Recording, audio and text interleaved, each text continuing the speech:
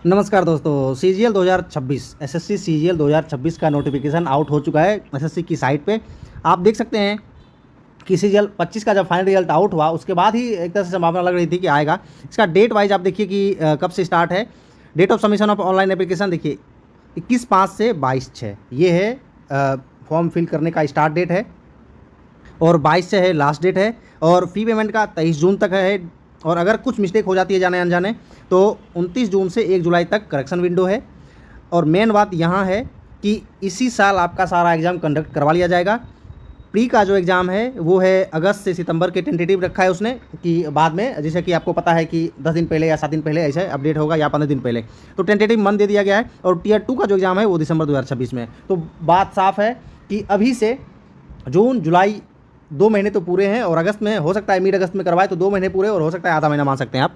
तो इस हिसाब से नोटिफिकेशन दे दिया गया है। लेकिन इस बार बहुत बड़ा चेंज हुआ, जैसा कि अंदेशा पहले से ही था कि क्या हुआ था कि सिलेक्शन पोस्ट का हो एग्ज़ाम, उसमें आपने देखा था कि सेक्शनल टाइमिंग दिया हुआ था, ठीक है। तो इस हिसाब से यहाँ भी देखेंगे कि क्या है।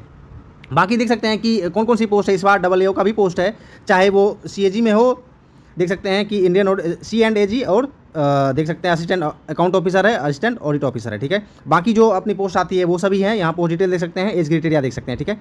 मेन बात उसके बाद क्या है कि वैकेंसी, टेंटेटिव वैकेंसी ही आप देख सकते हैं कि इस बार सबसे ज़्यादा वो है कि पिछली बार 15,000 समथिंग वैकेंसी थी, 2025 में 15,000 वैकेंसी थी। इस बार अभी से ही टेंटेटिव वैकेंसी है 12,256, यानी इसमें तो बढ़ने की संभावना तो होती ही है और बढ़ेगी ये वैकेंसी। तो यहाँ देख सकते हैं 12,256 वैकेंसीज हैं। और कई बार आपने देखा भी होगा यूट्यूब पे कि इसमें कितनी वैकेंसी रिपोर्ट हुई RTI के थ्रू, ठीक है।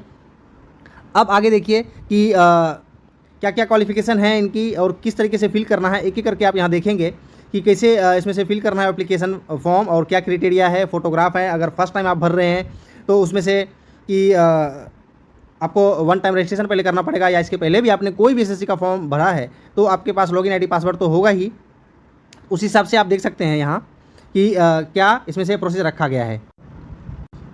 इसेंशियल क्वालिफिकेशन क्या है, एलिजिबिलिटी क्राइटेरिया क्या है वो भी यहाँ दिया गया है। एक और चीज़ देख लीजिए, कई बार डाउट होता है कि जो अभी यहाँ लिखा हुआ है कि सारे पोस्ट के लिए लगभग बैचलर्स डिग्री फ्रॉम यूनिवर्सिटी या इक्विवेलेंट बैचलर डिग्री चाहिए। और the candidate who have appeared in the final year of their graduation can also apply, जो फाइनल ईयर में अपीयर हुए हैं वो भी कर सकते हैं। लेकिन एक कंडीशन है, हाउएवर दे मस्ट, उनके पास होना चाहिए एसेंशियल क्वालिफिकेशन एज ऑन 1/8/26 तक आपके पास होना चाहिए सर्टिफिकेट बैचलर डिग्री का, चाहे उसके इक्विवेलेंट बीटेक वगैरह हो चाहे जो भी हो, ठीक है। तो ये कंडीशन है।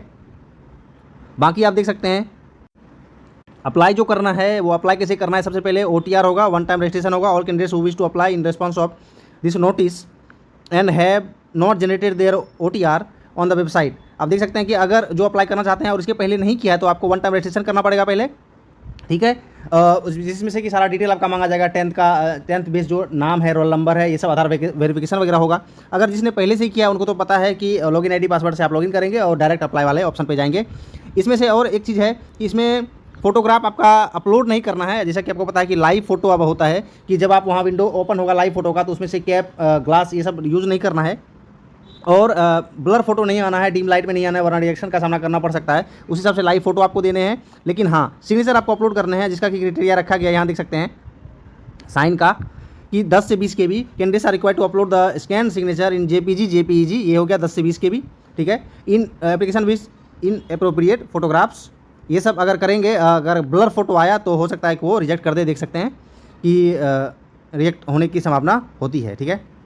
बाकी हम देखते हैं कि 100 रुपये, तो आपको पता है कि 100 रुपये का इसमें फ़ी है। Woman candidate and candidate belonging to SC and ST और PWD candidate ESM ex serviceman candidate वो एग्जम्प्टेड हैं फ़ी से, बाकी को 100 रुपये लगेंगे। एप्लीकेशन फ़ी की बात हो गई है, ठीक है।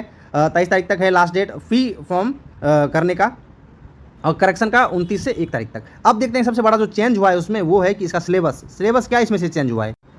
देखिए सिलेबस मीन्स पहले जो एग्जाम पैटर्न था वो एग्जाम पैटर्न कैसे चेंज हुआ है, ये सबसे बड़ा मुद्दा है। अभी अलग तरीके से प्रैक्टिस अब करनी होगी स्टूडेंट्स को। देखिए बाकी पैटर्न सेम है, 25 क्वेश्चन 50 नंबर, 25-50 25-50, ठीक है। लेकिन ये जो है टाइम अलाउड, ये सबसे मेन इंपॉर्टेंट है। पहले क्या होता था कि GS 5-7 मिनट में करके उसका टाइम आप यूटिलाइज करते थे अलग सेक्शन में। लेकिन अब क्या है कि 1 hour with sectional timer of 15 minutes for each subject. 15-15 minute ही आपको मिलेंगे, चाहे GS आप 5 मिनट में कर सकते थे लेकिन अब 15 मिनट मिलेगा, ठीक है। इसमें भी टाइम पास करना है करो, लेकिन रीजनिंग में भी 15 मिनट, मैथ्स में भी 15 मिनट, इंग्लिश में भी 15 मिनट, यानी 15 मिनट ही मिलेगा ईच सेक्शन में। इस हिसाब से आपको तैयारी रखनी है, स्पीड बढ़ाना है, ठीक है, मॉक टेस्ट से। ये तो हो गया प्री का। मेंस में देख रहे और 0.5 का नेगेटिव मार्किंग है, ये तो आपको पता है, क्योंकि पर क्वेश्चन अगर 2 नंबर का है तो 0.5 का नेगेटिव मार्किंग होगा। अब है मेंस का भी सिलेबस यहाँ देख सकते हैं आप। मेंस